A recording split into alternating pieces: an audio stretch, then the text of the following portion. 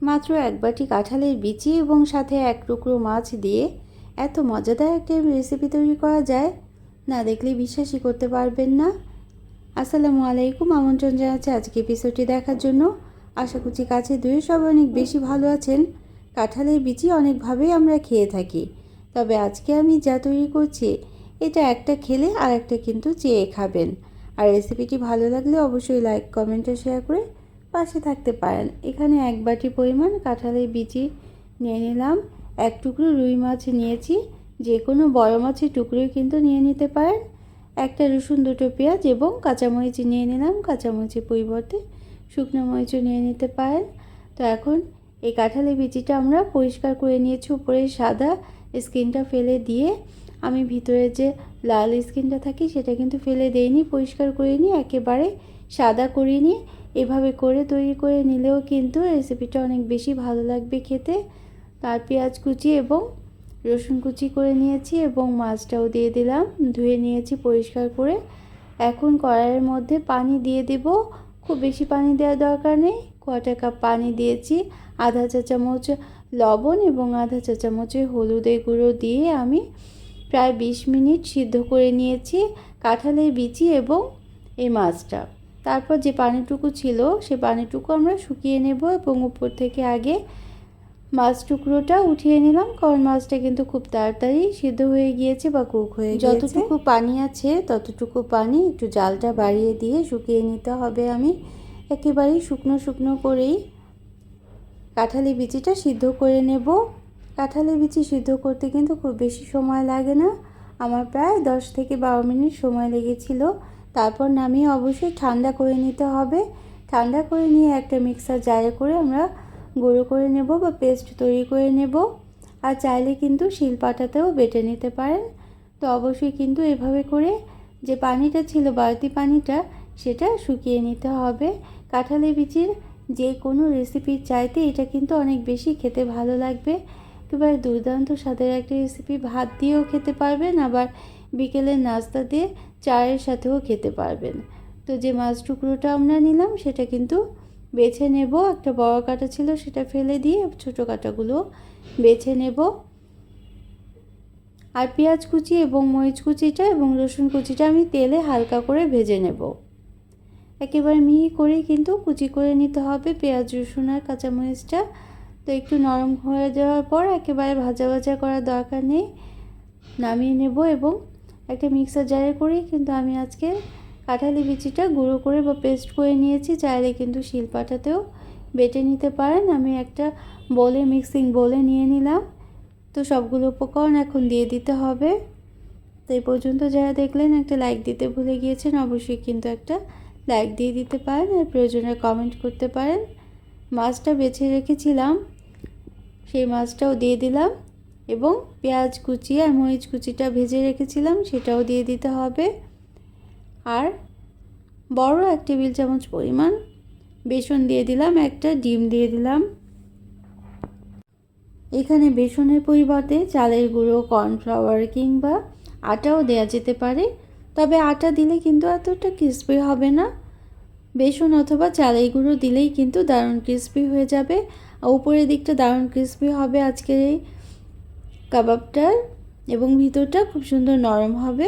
কাঁঠালের বিচিটা আমি শুকনো শুকনো করেই কিন্তু পেস্ট করে নিয়েছি।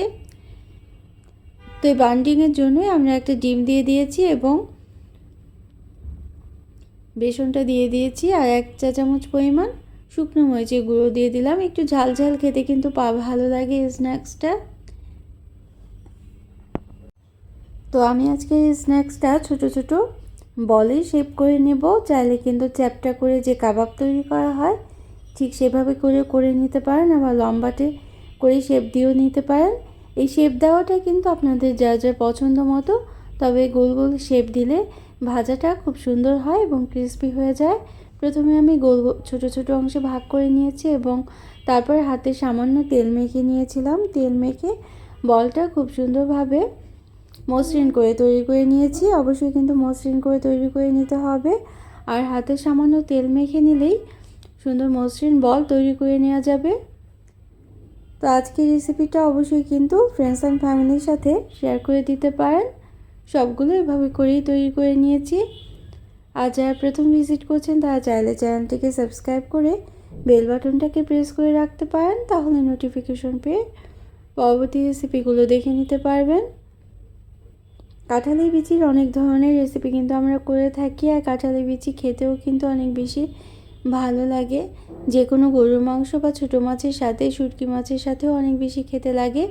তবে এভাবে করে স্ন্যাক্স কিন্তু অনেকেই তৈরি করে না।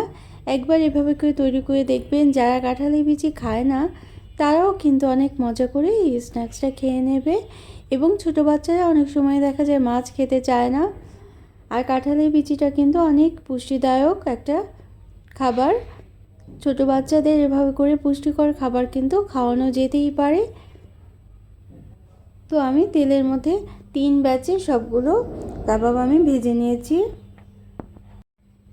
এই কাবাবগুলো ভাজাও কিন্তু খুব সহজ, খুব অল্প আঁচেও না, খুব বেশি আঁচেও না, মিডিয়াম আঁচেই কিন্তু ভেজে নিতে পারেন, আর খুব তাড়াতাড়ি ভাজা হয়ে যায় যেহেতু আমার সিদ্ধ করা আছে সবগুলো উপকরণের জন্য। তো 3 ব্যাচে সবগুলো কাবাব ভেজে নামিয়ে রাখবো। এবং এই কাবাবটাকে আরও সুস্বাদু করার জন্য আমি একটা ফোড়নের মধ্যে গড়িয়ে নেব। সেভাবে করে খেতেও কিন্তু অনেক বেশি ভালো লাগবে। তো আমার চ্যানেলে কিন্তু আরও অনেক ধরনের কাবাব রেসিপি আছে, সেগুলোও চাইলে দেখে নিতে পারেন। তো নামিয়ে রাখার পর আমি একটু ফোড়ন দিয়ে দেবো, আর ফোড়নে আমি সামান্য পরিমাণ আস্ত জিরে দিয়েছি এবং আস্ত হলুদ সর্ষে দিয়ে দিলাম। কিছুটা সময় নেড়ে নেওয়ার পর দুটো কারি পাতা আমি ছিঁড়ে দিয়ে দেব। কারি পাতা না থাকলে এটা অপশনাল, এটা নাও দিতে পারেন, তার পরিবর্তে কিন্তু পেঁয়াজ কুচিও দিয়ে দিতে পারেন, সেটা খেতেও কিন্তু অনেক বেশি ভালো লাগবে। তো এখন নেড়ে নেওয়ার পর আমি সবগুলো ভেজে রাখা কাবাবগুলো নেড়ে চেড়ে নেব। কিছুক্ষণ নেড়ে চেড়ে নিলে কিন্তু এটা আরও বেশি ক্রিস্পি হয়ে যাবে। তারপরেই নামিয়ে নেব। কারি পাতার ঘ্রাণে এভাবে করে কাবাব খেতে কারা কারা পছন্দ করেন সেটাও কিন্তু কমেন্ট করে জানাতে পারেন। নিত্য নতুন রেসিপি পাওয়ার জন্য যারা সাথে আছেন, সবসময় সাপোর্ট করছেন, তাদের জন্য রইল অনেক অনেক ভালোবাসা, অনেক অনেক শুভকামনা। অন্য কোনো দিনে অন্য কোনো রেসিপি নিয়ে আসবো, সেই পর্যন্ত কিন্তু সবাই অনেক বেশি ভালো থাকবেন। এটা কিন্তু আর খুব বেশি সময় রান্না করার কোনো দরকার নেই। কিছুটা সময় নেড়ে চেড়ে যদি নামিয়ে নেন তাহলে কিন্তু চায়ের সাথে একেবারে জমে যাবে, অথবা ভাতের সাথে খিচুড়ির সাথেও কিন্তু এই কাবাবটা খেতে অনেক বেশি ভালো লাগবে। তো সবার জন্য অনেক অনেক ভালোবাসা জানিয়ে আজকে আমার এই রেসিপিটি শেয়ার করলাম, এটা শেষ করছি। সবাই অনেক ভালো থাকবেন। Thanks for watching. আল্লাহ হাফেজ।